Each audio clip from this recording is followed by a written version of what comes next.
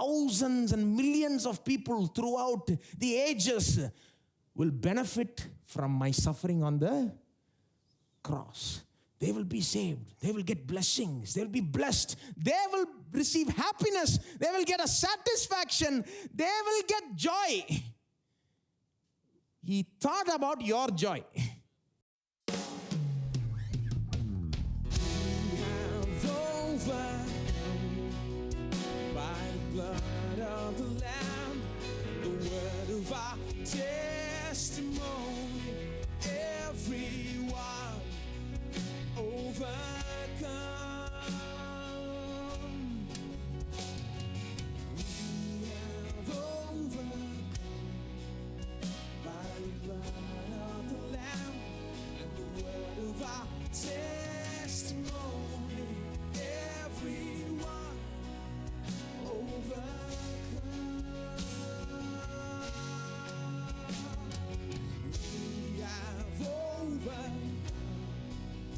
By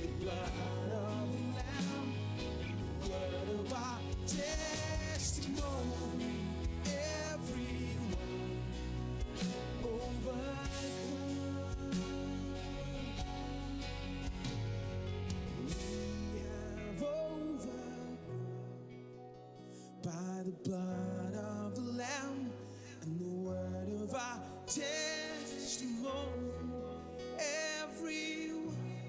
overcome. Everyone, let's just sing that. We have overcome by the blood of the Lamb and the word of our testimony.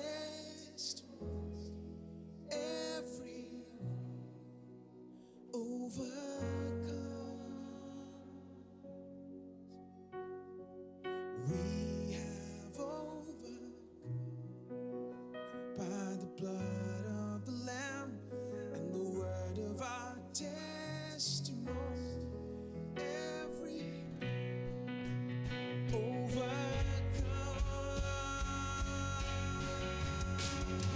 We have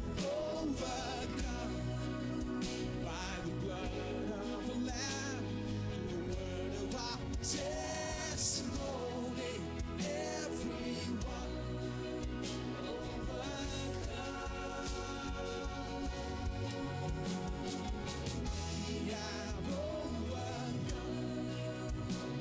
by the blood of the Lamb and the word of our testimony. Everyone overcome.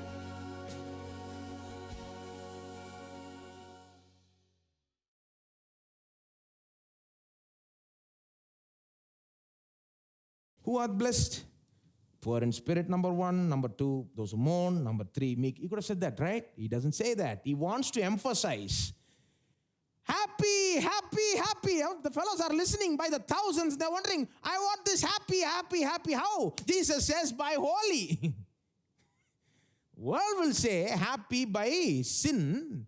Jesus is saying, happy by this kind of life, the opposite kind of life. What the world thinks will never bring you pleasure. It will bring you pleasure and satisfaction and a lot more than sin can ever bring. And then he says something, verse 10 and 11, very shocking. Blessed are those who are persecuted for righteousness' sake, for theirs is the kingdom of heaven. Blessed are you when others revile you and persecute you and utter all kinds of evil against you falsely on my account. What is he talking about? He's saying, sometimes when you do righteousness, you will be persecuted. Let me give you an example of that. Sometimes when you live holy, you're not going to get happy very soon. How many of you know that? You're not going to get reward very soon. You know what I mean? Sometimes when you do the right thing, you will get trouble very soon. When everybody around you is accepting bribes, you decide you want to honor God by not accepting bribes. Let's just imagine. What will happen? Everybody around you is not going to like it. Right? But you are thinking, I want to honor God. I know this is wrong. I don't want to do it. I want to honor God by not doing it. What happens? Everybody doesn't like you. They begin to hate you. They begin to work against you. They begin to slander you, badmouth you. They try to get you out of that place so that they can continue doing their unrighteousness, right? So in that place, you are doing the right thing, you're trying to grow in holiness, but you're getting not a reward immediately, but something actually opposite of a reward. You're getting suffering. Sometimes they may make you suffer for it, right? What's happening? Jesus is saying those kind of people also are happy and satisfied. You may wonder how. Verse 11, again he says, when you are reviled and persecuted, and when they utter all kinds of evil against you falsely on my account. Okay? When they're talking bad about you. So now this is not talking about all suffering. Let me remind you again. It's not talking about some people glorify suffering. Have you seen that? Christians, I'm suffering for the Lord. Suffering for I'm bearing my cross. Sometimes Christians bear a cross because they're lazy.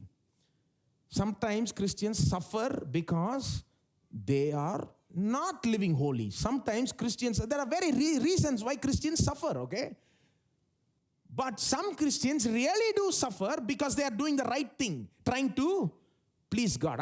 This passage is talking about those kind of Christians who are trying to please God by being righteous and holy, and in that kind of life they are suffering. Okay, so this is talking about righteous suffering by being righteous. Okay, and Jesus is saying, even if you're suffering like that, you are still happy. And then look at verse 12, even more shocking. He says, rejoice and be glad, for your reward is great in heaven. For so they persecuted the prophets. He's saying, rejoice and be glad. This is even more clear in Luke's Gospel, chapter 6, verse 22 and 23. Okay, same Sermon on the Mount, Luke's version.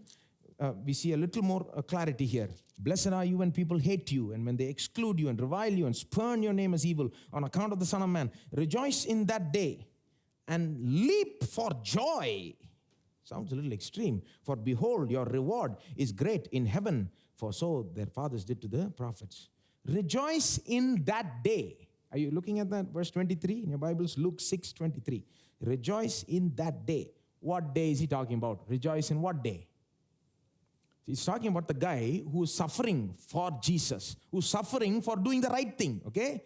When you are suffering, Jesus is saying, rejoice in that day. What day should you rejoice? And then he says, rejoice in that day and leap for joy, for behold, your reward is great in heaven. Let me ask you, is he telling you to rejoice in the day you will go to heaven? Is that what this verse is saying? No. Look at the verse again. When you go home, look at it again. Rejoice in that day. He's saying when you are suffering, when you're right in the middle of suffering, rejoice. Leap for joy. That's what he's saying. You go read it properly. In Tamil, it's a little more clear. Annalil. அதாவது துன்பப்படுற நாளில், when you are suffering, when they're beating you, some people they are beating because they believe in Jesus in some parts of the world. Some people are getting killed for Jesus' sake. Some people are getting persecuted. Some people in a big way, some people in a small way. Maybe in your office you're being persecuted. When you are being persecuted, rejoice in that day of persecution. Leap for joy. You may wonder, Jesus, what are you talking about? When you're suffering, how can you rejoice? It's ridiculous. He gives you the way to rejoice. Look at that. Verse 23. Rejoice in that day and leap for joy. For behold, here's the crux. For behold, that means for look. When you are suffering, look at what? Your reward is great. You see what Jesus is doing? He's saying you have chosen to live holy, do the right thing, but you're suffering. When you're suffering, in that day you rejoice. How can you rejoice? Look. Your reward is. He's saying, look at your reward and rejoice. Don't look at this. If you look at this, you cannot rejoice. You cannot live for. But look at the reward. Imagine the reward you're going to get. Can you see the thinking? You're going through, when you're giving up something, look at the reward. Everybody say, look at the reward. Look at the reward. Go to Hebrews chapter 11. What is the way to grow in holiness? Look at the reward. Very simple, my friend. Look at the reward. What is the way to grow in holiness? That's what we're talking about. What will motivate you? Look at the reward. Let's look at how Moses did this. Moses, Hebrews chapter 11, verse 25. By faith, Moses, when he was grown up, refused to be called the son of Pharaoh's daughter, choosing rather to be mistreated with the people of God than to enjoy the fleeting pleasures of sin. We are told here, Moses had a choice. Fleeting pleasures of sin, mistreated with the people of God. What did Moses choose? Mistreatment with the people of God. Now people will say, see how Moses left this and left that. Right? But look again, verse 26. He considered the reproach of Christ greater wealth than the treasures of Egypt, for he was looking to the, what was he doing? He was looking to the, did you see that? Moses had a choice. You have fleeting pleasures of Egypt. On the one hand, the palace, its life, its pleasures, its sinful pleasures. On the other hand, he can go join these bunch of Jews who are slaves, who are used and thrown in Egypt, who are on the bottom of the social ladder. What does he choose? He looks at this, he looks at that, he chooses this. Why? In verse 26, we are told, he considered the reproach of Christ greater wealth than the treasures of Egypt. Think about this. Here he has sinful treasures, pleasures. Here he has reproach, suffering for Christ, for God, for his people. He considers this to be greater wealth, greater wealth. Think about that. How did he consider this to be greater wealth? Some people say, look, see, this is the proof that suffering is greater than pleasure. Right? You heard? See this, they say, they'll use verses like this to magnify and glorify suffering. See, he considered suffering for Christ, suffering for God as greater wealth than sinful pleasures. Why did Moses consider this greater wealth? Is it because suffering is so glorious? The answer is right in that verse. He considered the reproach of Christ greater wealth than the treasures of Egypt. For, that means because, he was looking to the reward. How could Moses look at sinful pleasures on the other hand and suffering for God on the other hand and choose this and consider this to be greater wealth? I'll tell you how he did it. Because he was not looking at the suffering. He was looking where? To the reward. He was looking to the reward. Everybody say looking to the reward. He was looking at he looked at the suffering, but then through that and beyond that, he saw the reward. He saw how if he obeys God, leaves the palace, goes and does what God tells him to do, the people of Israel will walk out of Egypt, a free people, a free nation. He was looking to the reward. He was seeing beyond the suffering. Are you able to see that? He was seeing beyond the sin. To give up sin is sometimes like a suffering. You know what I mean? To give up sin, to choose the right thing, to do the right thing is sometimes, it's like you're suffering a little bit at that moment, right? But how do you get past that? You look to the reward you're going to get. You look to the reward. This is the way you overcome it, my friend.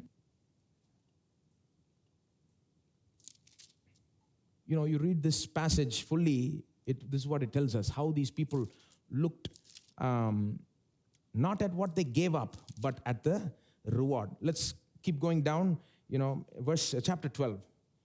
So after telling, talks about how Abraham lived by faith, of Moses, and how,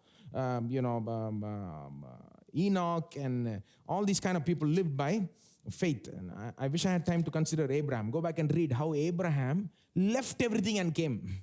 We are told Abraham also was looking to the reward. Go back and read it, Hebrews 11, okay? Some people always, their mind is on what they gave up. You've seen these kind of people?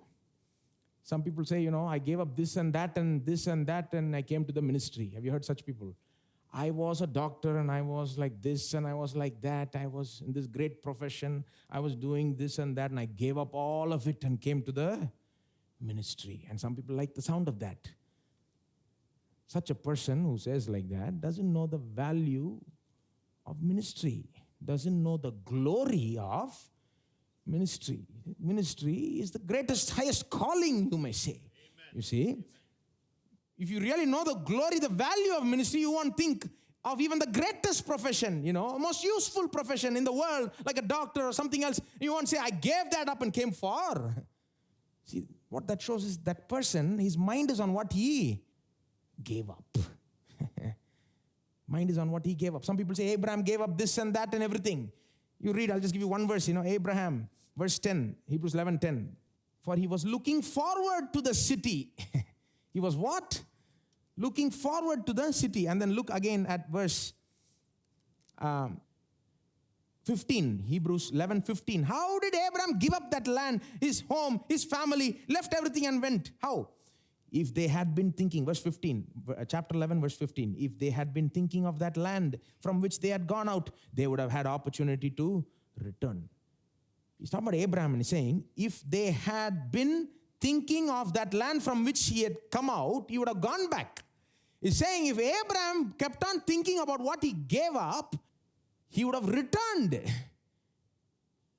Abraham was not thinking. Today there's all kinds of preaching going on, all kinds of churches talking about how Abraham gave up his entire home, his family, his relatives, left God, left everything and went with God. Yeah? How great a sacrifice Abraham went through. He sacrificed everything for God. But Abraham, they're talking about Abraham's sacrifice and what he gave up. But let me tell you, Abraham did not think about that's what verse 15 says. Abraham did not think about what he gave up. He was looking forward to what he was going to get. What are we saying? We're saying the key to growing in holiness is to look forward, not to look at the sin you are giving up, the pleasure, the satisfaction. Look forward and see what you're going to get. What you're going to get. Chapter 12. After this, we'll close. Okay? Chapter 12. After talking an entire chapter about how Abraham and Moses gave up worldly things, what the world wanted for the will of God, did what God wanted to get the greater reward, he comes to chapter 12 and he says the word therefore, chapter 12, verse 1. Therefore, that means because I've told you all this, then listen, since we are surrounded by so great a cloud of witnesses, let us also lay aside every weight and sin. See, this has to do with sin. This chapter is not just about faith. It also has to do with sin. Let us lay aside every weight and sin which clings so closely, and let us run with endurance the race that is set before us. He's saying, since all these people did it, they gave up sin, they laid it aside and ran their race. Let us also do that. And then he says, verse 2, how are we to do this? Looking to Jesus. Everybody say, looking. Jesus, right? Looking to Jesus, the founder and the perfecter of our faith. So he's saying, lay aside all sin, put away everything that is keeping you from moving forward. It's comparing you to a runner, A runner doesn't run with Have you seen a runner run with a suit like me? A runner runs with very little clothes on. Just one small shorts and one tight bunion, wind resistant. Not so that wind won't, so to minimize wind resistance. You know what I mean? Runners run in such a way that will maximize their speed and effectiveness, right? So he's saying, lay aside everything that is stopping you from running fast, from growing fast. If it's stopping you from running, it is a sin. Lay it aside, he's saying.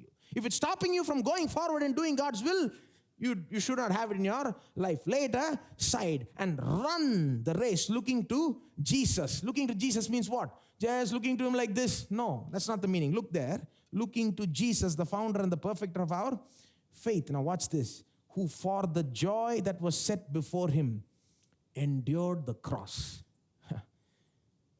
despising the shame, and is seated at the right hand of God. How did Jesus endure the cross? Or let me put it like this. How many of you know Jesus was tempted? Was he tempted? Yes. Throughout his life, he was tempted, right? The Bible tells us he was tempted in all points, yet without sin. So he was tempted. Was Jesus' temptations greater or our temptations greater? Some people don't understand this. Well, let me ask you this. What is the greatest temptation any man has ever faced in the history of the world?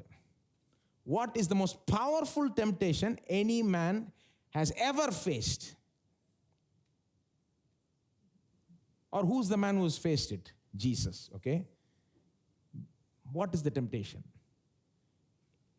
In the Garden of Gethsemane, the greatest temptation any man has ever faced, what was it? Jesus was tempted to walk away from the cross. The greatest temptation, not the temptation to murder and commit adultery and all these things.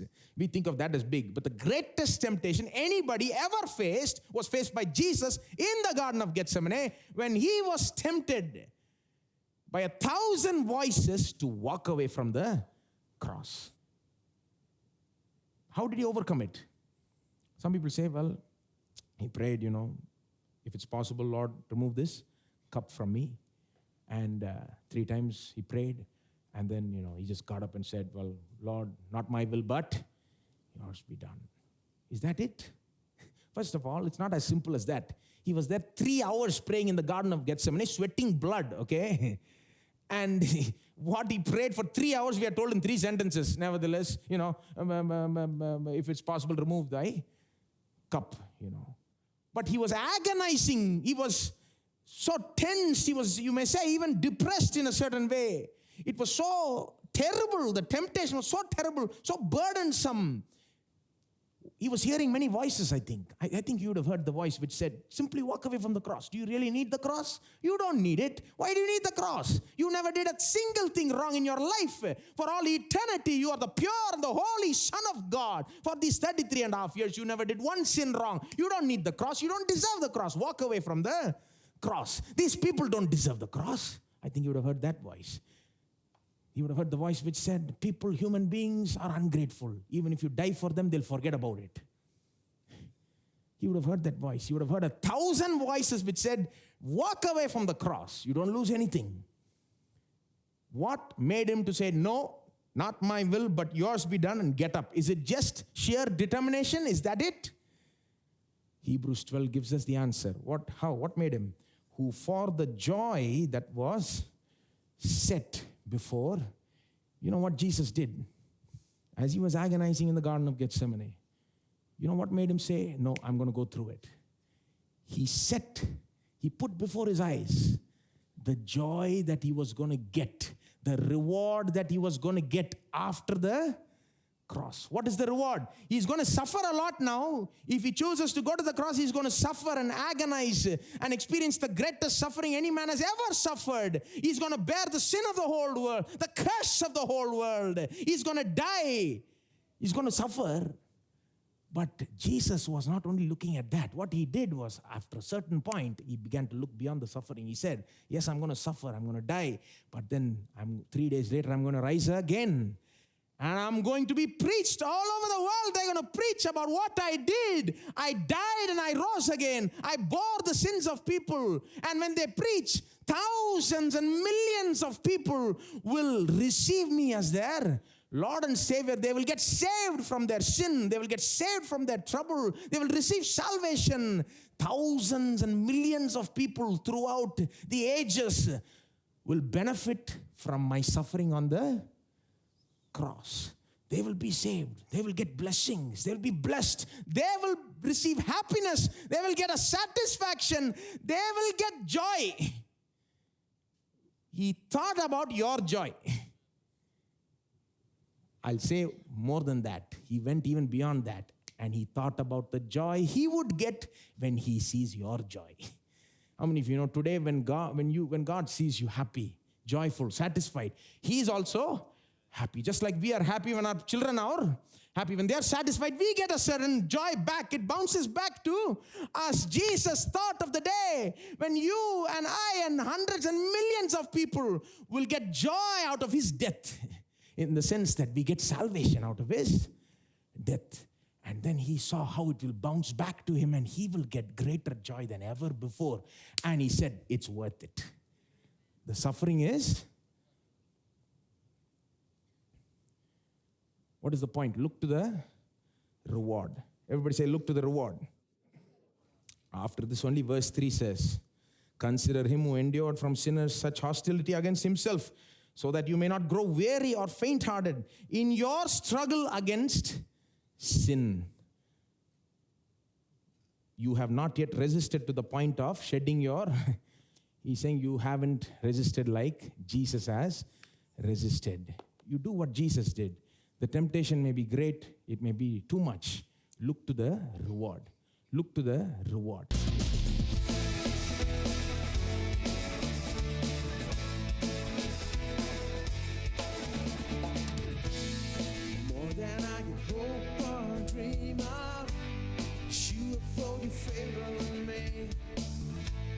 One day in the house of God is better than 1,000 days in the world.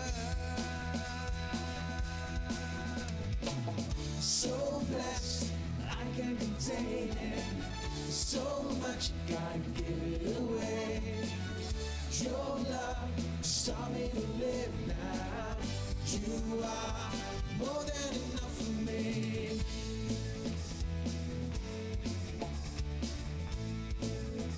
More than I could hope.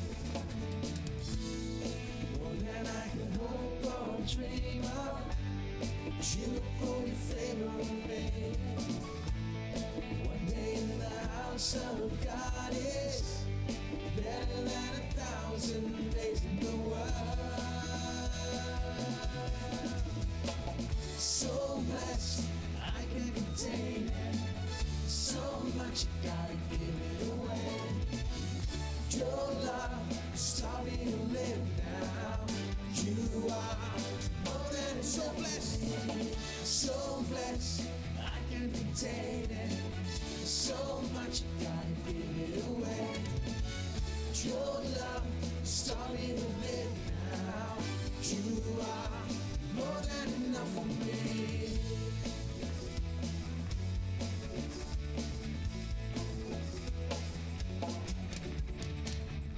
Lord, you're more than enough for me.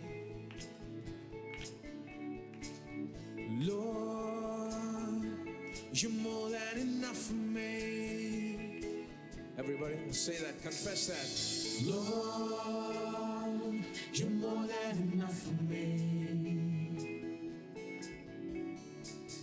Lord, you're more than enough for me.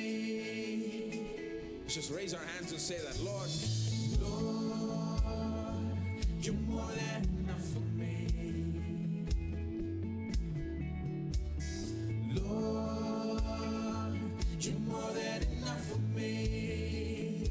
You're more than enough, Lord. Lord, you're more than enough for me. Lord, you're more than enough for me. So blessed, I can't contain it. So much, you gotta give it away. Your love taught me to live now. You are more than enough for me. So blessed, I can't contain it. So much, you gotta give it away. Your love taught me to live now. You are so blessed, so blessed, I can't contain it. So much, you gotta give it away. Your love taught me to live now. You are more than enough for me.